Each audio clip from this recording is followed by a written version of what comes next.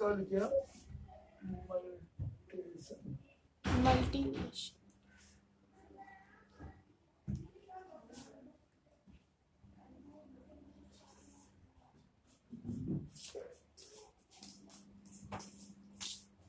Valent.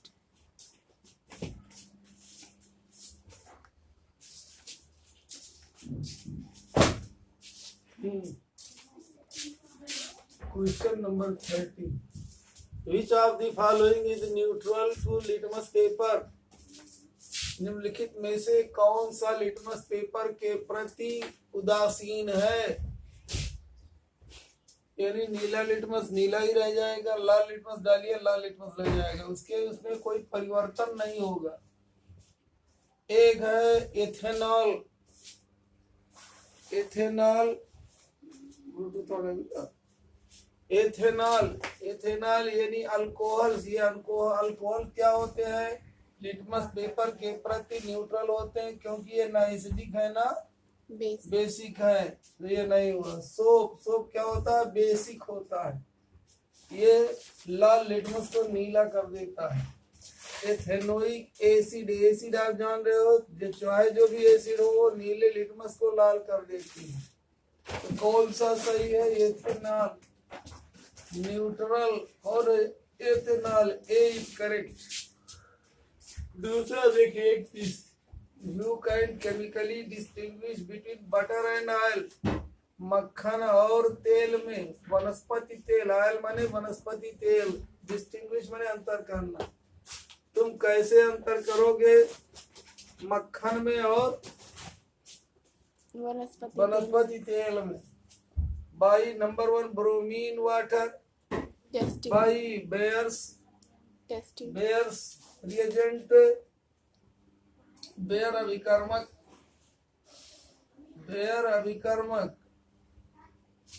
सी है both A and B. क्या करोगे? ब्रोमीन वाटर से कैसे क्या करोगे? जानते हैं ऑयल क्या होता है? ये बटर आपने पढ़ा है। हाइड्रोकार्बन 2 प्रकार के होते हैं, सैचुरेटेड और अनसैचुरेटेड। तो बटर क्या है? ये सैचुरेटेड हाइड्रोकार्बन होता है। सैचुरेटेड कार्बोक्सिलिक एसिड होता है, कार्बोक्सिलेट। ये क्या होता है? Unsaturated carboxylic acid. और ये क्या है? ये एनिमल से समझिए क्या है? वनस्पति। ये जंतु से प्राप्त होता है, ये वनस्पति से प्राप्त।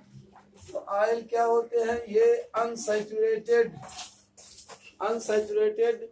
कार्बोक्सिलिक एसिड होते हैं, जो प्लांट से प्राप्त होते हैं।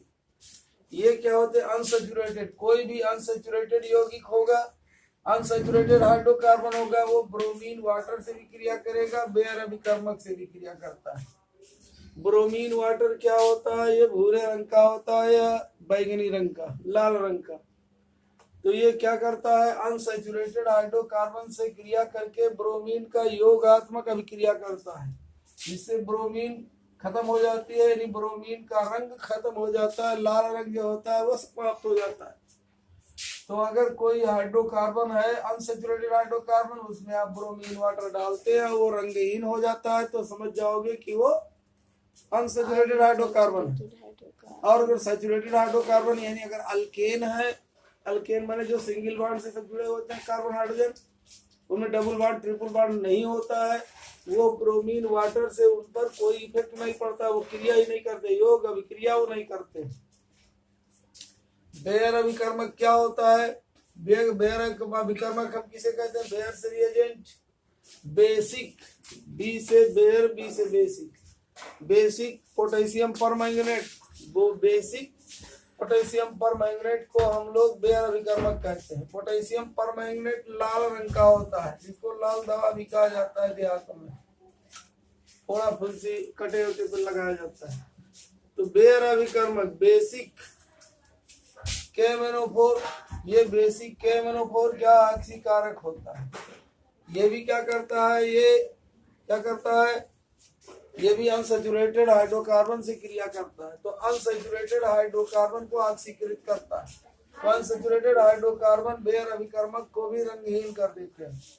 तो ब्रोमीन जल और बेयर अभिकर्मक दोनों ही अनसैचुरेटेड हाइड्रोकार्बन से अन्याय करते हैं। अनसैचुरेटेड हाइड्रोकार्बन और सैचुरेटेड हाइड्रोकार्बन में भेद करने के लिए ब्रोमीन वाटर और बेयर अभिकर्मक का उपयोग किया जाता है। दोनों बी से है, डबल बी। तो क्या है ये? सी इज करेक्ट।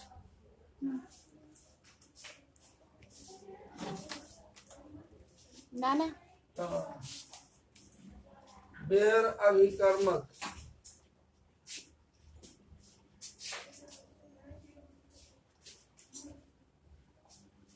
बेयर अभिकर्मक क्या है? KMnO4 basic KMnO4, KOH potassium hydroxide ये बेस है, KMnO4 है ये क्रिया करके नवजात ऑक्सीजन देता है। क्रिया करता है, ये लाल रंग का होता है, बनाता है K2MnO4 पोटेशियम मैंगनीट, इसका नाम है पोटेशियम मैंगनीट। ये पोटेशियम पर मैंगनीट KMnO4 K2MnO4 प्लस H2O बनाता है और प्लस नवजात ऑक्सीजन। ये नवजात ऑक्सीजन उसको ऑक्सीडाइज करने का काम करता है, यानी ये रंगहीन होता है और ये लाल रंग का होता है। तो अगर कोई यौगिक बेसिक KMnO4 को रंगहीन करता है या ब्रोमीन वाटर को रंगहीन करता है तो आप समझ जाओगे वो अनसैचुरेटेड हाइड्रोकार्बन है। तो ये दोनों ही अनसैचुरेटेड हाइड्रोकार्बन की जांच के लिए प्रयुक्त किए जाते हैं। आगे देखिए, which of the following can bromine water कैसे? जैसे मान लीजिए एथिलीन आपके पास है, यह है ethylene CH2 double bond CH2, ये ब्रोमीन से क्लोरीन ब्रोमीन आयोडीन सब क्रिया करते हैं। क्लोरीन से क्यों नहीं क्रिया करवाते? क्योंकि क्लोरीन रंगहीन है।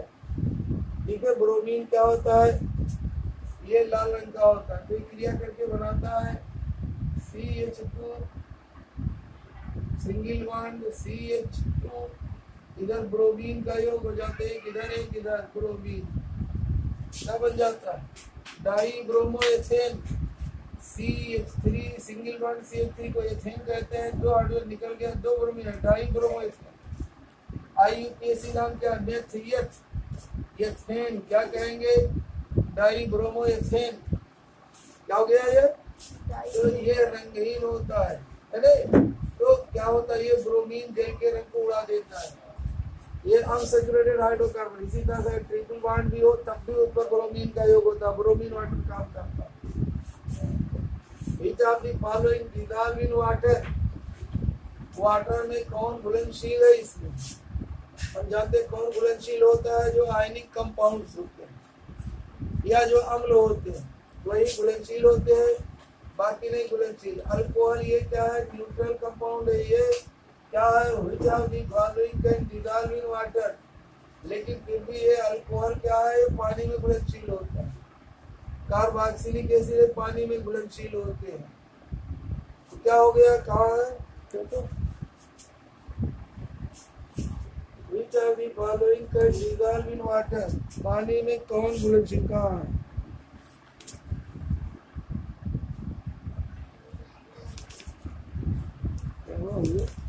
ये नहीं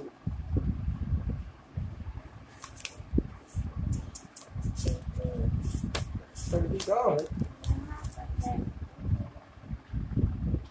निम्न में से कौन सा जल में मिले? जल में मिले। अल्कोहल क्या होता है? ये जल में घुलनशील बस अकेले। क्या होता है? ये कार्बोक्सिलिक एसिड है। और क्या? ईस्टर। यहाँ ईस्टर, तो ये ईस्टर जल में अविलय होता है। कार्बोक्सिलिक अम्ल भी नहीं घुलनशील होते। ये अल्कोहल क्या है? जल में विलय होता है तरह से। कुछ कार्बोक्सिलिक एसिड होते हैं जैसे एसिटिक एसिड है वो पानी में घुलनशील होते हैं। तो क्या हो गया? ये सी।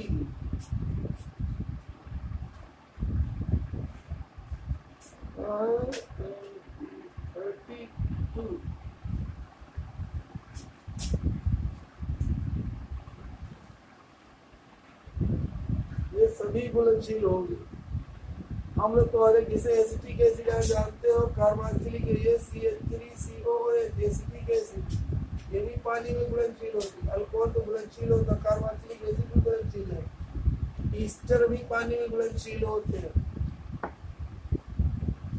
तो ये सभी घुलनशील होंगे, क्या होंगे? सभी। ये नन लिखा हुआ है, गलत होगा। All of the all of the above, क्या है? ऑल ऑफ दी एबव, सभी घुलनशील होंगे। ये हो गया। क्या हो गया? अल्कोहल भी पानी में घुलनशील होते हैं, कार्बोक्सिलिक एसिड यानी CH3COOH, methanoic acid, propanoic acid, ये भी सब घुलनशील होते हैं, ईस्टर भी घुलनशील होते हैं। तो सभी ये पानी में घुलनशील होते हैं। These are soluble in water. Alcohol पानी में घुलनशील होते हैं। You can distinguish between alcohol and carboxylic acid. Carboxylic acid और अल्कोहल में अंतर करना, कैसे अंतर करोगे? लिटमस पेपर के द्वारा। क्यों? क्योंकि अल्कोहल न्यूट्रल कंपाउंड है, ये लिटमस पेपर पर इसका कोई प्रभाव नहीं पड़ता। कार्बोक्सिलिक एसिड ये एसिड है, तो क्या करेगा? ये नीले लिटमस को लाल कर, यानी लिटमस के द्वारा इसका टेस्ट हो जाएगा। सोडियम बाइकार्बोनेट, सोडा बाइकार्ब, ये क्या होता है? क्षारीय होता है। तो इससे भी ये क्या करता है? ये कार्बोक्सिलिक एसिड सोडियम बाइकार्बोनेट से भी क्रिया करता है। ये क्या? अल्कोहल क्रिया नहीं करता है। तो किसके द्वारा जांच हो जाएगा? ए लिटमस के द्वारा, सोडियम बाइकार्बोनेट के द्वारा, बोथ ए एंड बी। आगे आइए देखिए, ये ब्रोमीन वाटर के द्वारा नहीं टेस्ट होगा। क्यों नहीं होगा? क्योंकि इसमें भी कोई डबल बॉन्ड नहीं, इसमें भी डबल बॉन्ड नहीं। डबल बॉन्ड जहाँ ना हो, ब्रोमीन वाटर का टेस्ट किसके लिए होता है? अनसैचुरेटेड हाइड्रोकार्बन के लिए। ये अनसैचुरेटेड नहीं है। चौथी सवाल देखिए,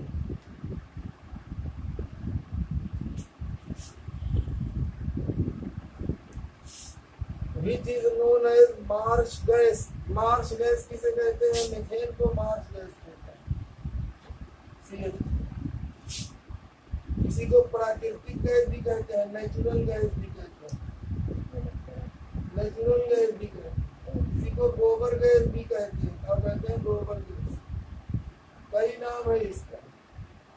गोबर गैस, नेचुरल गैस और मार्श गैस। ये मार्श गैस क्यों इसको कहा गया? खान में बड़ी तेजी के साथ आग पकड़ लेती थी। मार्श, इसका नाम मार्श माने दलदली भूमि हुई। नीचे क्या होता था? खान में मजदूर काम करते थे, वहाँ मीथेन गैस बनती थी। अचानक आग लग जाती थी, क्योंकि मीथेन का कोई रंग नहीं होता, पहचान नहीं मिलती। क्या हो गया? अचानक आग लग जाती थी। किसी ने वहीं पर बीड़ी पीना शुरू किया, सिगरेट पीना शुरू किया, कुछ गर्मी हुई, आग लग। ये हो गया किसका? मीथेन का नाम है मार्श गैस या नेचुरल गैस या गोबर गैस।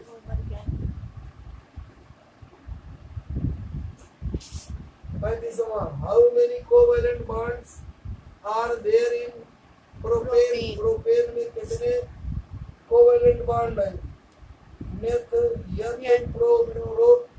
एन वाले सिंगल बॉन्ड, सब सिंगल सैचुरेटेड कंपाउंड है, सैचुरेटेड कंपाउंड।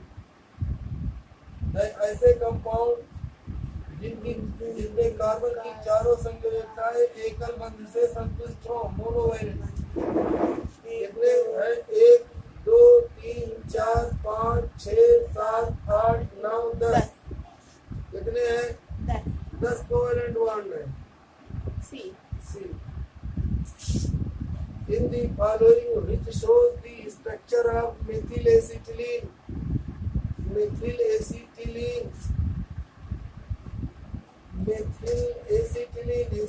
का पहले आप सूत्र लिखोगे। Acetylene CH triple bond CH, यह है एसिटिलीन। या इसको कहेंगे मेथियथ, IUPAC नाम है इसका एथाइन, Ethyne. और प्रचलित नाम है एसिटिलीन, Acetylene. एसिटिलीन। अब कह रहा है क्या मेथिल एसिटिलीन। मेथिल एसिटिलीन का मतलब एक हाइड्रोजन निकाल करके उसके स्थान पर मेथिल ग्रुप जोड़ दीजिए। तो इस हाइड्रोजन को हटा दिया हमने, यहाँ जोड़ दिया मेथिल ग्रुप, CH3 मेथिल है, बाकी सब वैसे ही रहने दो। ये हो गया मेथिल एसिटिलीन। क्या नाम है इसका? Methyl acetylene. मेथिल एसिटिलीन कौन इसमें देख रहे हो? ए या डी? क्या है? डी है मेथिल एसिटिलीन। ये देख रहे हो डाई मेथिल एसिटिलीन है। ये क्या है? C triple bond C। इसमें देखो इधर भी एक एसिटिलीन जोड़ दिया, इधर भी जोड़ दिया, क्या हो गया? डाई मेथिल एसिटिलीन हो गया। ये है मेथिल एसिटिलीन, इसमें डुई मेथिल हो गया, डाई मेथिल एसिटिलीन। आगे देखिए, तो ये हो गया। हाँ, इसका क्या नाम होगा? Di methyl acetylene. या IUPAC नाम पूछा जाए तो कहोगे क्या हो गया? मेथियत प्रोब्यूट। तो क्या कहेंगे? ब्यूटाइन। ब्यूटाइन क्या कहेंगे? ब्यूटाइन। मेथियत प्रोब्यूट। कौन है कार्बन नंबर पर? चाहे इधर से गिनो चाहे इधर से गिनो, दोनों तरफ से बराबर है। 1 2 3 4 कार्बन नंबर। इधर से भी गिनोगे 1 2 3 4, तब भी क्या कहोगे? ब्यूटाइन 2। ब्यूटाइन 2। आइन का मतलब ट्रिपल बॉन्ड। ट्रिपल बॉन्ड कहाँ? कार्बन नंबर 2 पर है। क्या कहेंगे? ब्यूटाइन 2। ये IUPAC नाम पूछा जाएगा तो इस तरह का होगा।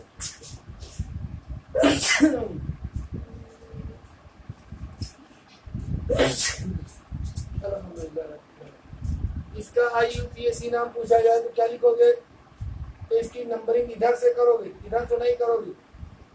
जिधर डबल या ट्रिपल बॉन्ड हो या फंक्शनल ग्रुप कोई जुड़ा हो तो कार्बन की नंबरिंग उसी तरफ से करना चाहिए।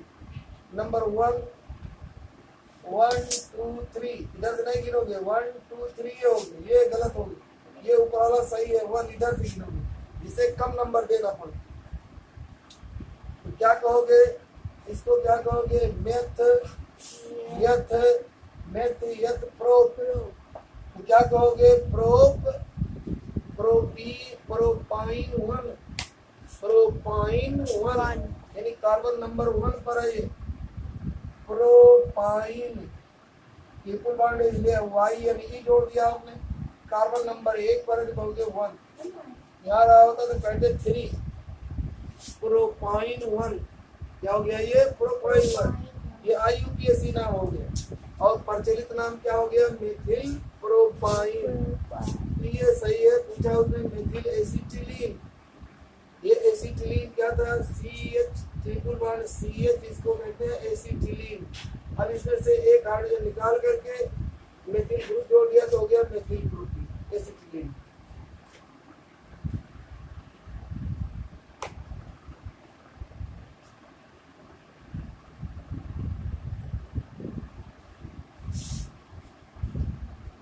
Which type of element has the tendency to add itself?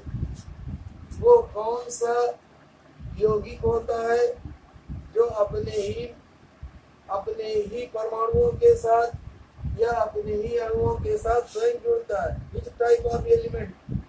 वो कौन से तत्व होते हैं जो अपने ही के साथ स्वयं जुड़ते चले जाते हैं?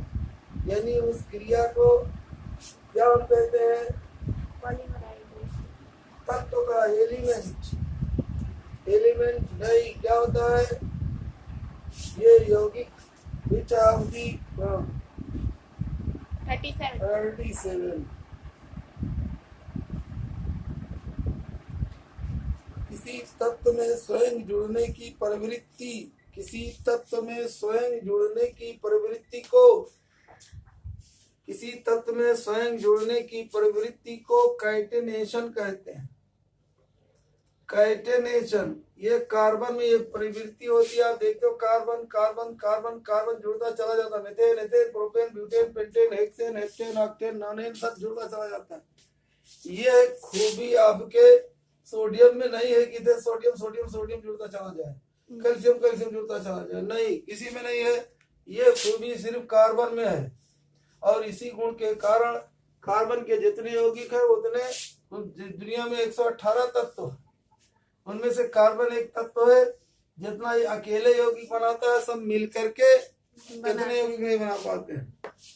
लाखों 50 लाख यौगिक कार्बन के बनाए जा चुके हैं। इस किस गुण के कारण इसे काइटेनेशन का गुण होता है, स्वयं अपने से जोड़ता चला जाता है।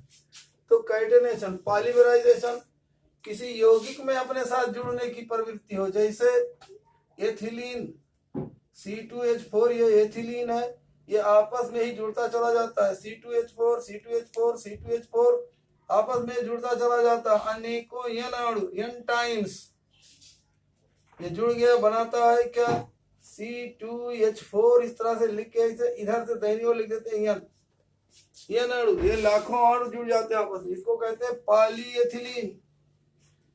पॉली माने अनेकों, पॉलीएथिलीन पॉलीएथिलीन या पॉलीथीन या पॉलीथीन भी कहते हैं। पॉलीथीन एक प्लास्टिक होती है एक तरह की। तो ये क्या है, अपने में स्वयं में जुड़ने की प्रवृत्ति को काइटेनेशन कहते हैं। तत्व है, अगर यौगिक है तब कहोगे पॉलीमराइजेशन। और किसी एक तत्व का अनेकों रूप में पाया जाना, जिसे कार्बन, एक तो क्या कार्बन ये कालिख के रूप में पाया जाता है, दूसरा कार्बन ग्रेफाइट के रूप में पाया जाता है, ये भी कार्बन है। तीसरा कार्बन है वो डायमंड है। चौथा है C60, आप जानते हो, नया खोज हुआ है। इस तरह से ये कार्बन के अनेकों रूप हैं। तो इसको एलोट्रॉपी कहते हैं, किसी तत्व का अनेकों रूप में पाया जाना एलोट्रॉपी कहलाता है। अच्छा, अब देखो ये सैपोनिफिकेशन क्या होता है। सैपोनिफिकेशन आपने देखा क्या है, ईस्टर का इसके साथ क्रिया करना, सोडियम ये वनस्पति तेलों का इसके साथ क्षार के साथ क्रिया करना सैपोनिफिकेशन कहलाता है। आगे बढ़िए।